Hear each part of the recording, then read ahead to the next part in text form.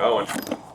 All right, well, I just spent the morning running around looking for seals and stuff. Last time I think we talked, we were talking about the yokes, and I was showing him the pinion nuts and all that good stuff. So I took these parts to Chattanooga Driveline to see if they could source some things for me. They were able to get me the universal joints right. There's a brand new one.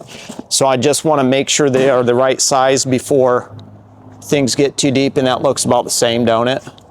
Does that look the same to you? It does. Looks extremely close, so that should work for that one. They couldn't get the seals, unfortunately. Luckily, all the truck places are in Chattanooga, like within like maybe 3-4 mile radius of each other. So I went to Fleet Pride and I was able to get this seal for the front one, and then I went to Felton's Clutch, and nobody else had this one right here. This is the back seal, which was extremely hard to find. It's a 415147N, and they actually had new old stock on the shelf. So if you need anything, get a hold of Felton's Clutch, because they may have what you need. And they also had the pinion nuts, which nobody else seemed to have. But the guy was like, yeah, he's sitting there measuring it and stuff like that. He's like, this one should work. I said, okay, I'll put it on and try it. And then he had two, because they're basically the same for the front and back. So, but you know, the front one came off real easy. The back one did not. We all seen the saga of that, but yeah.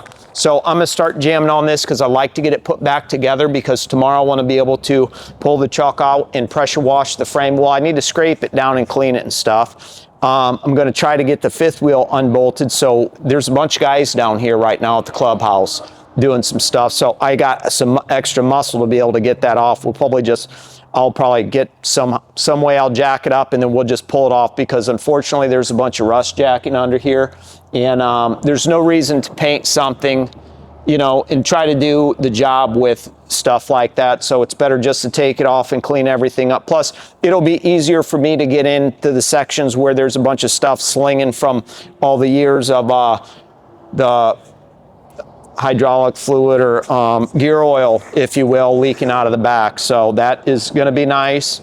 And extremely happy and excited today that I was able to get these parts, because I thought maybe I would have to order some and wait around.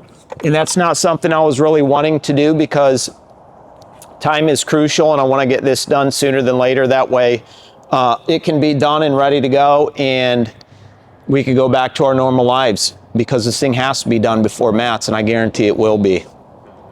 Cool. Yep.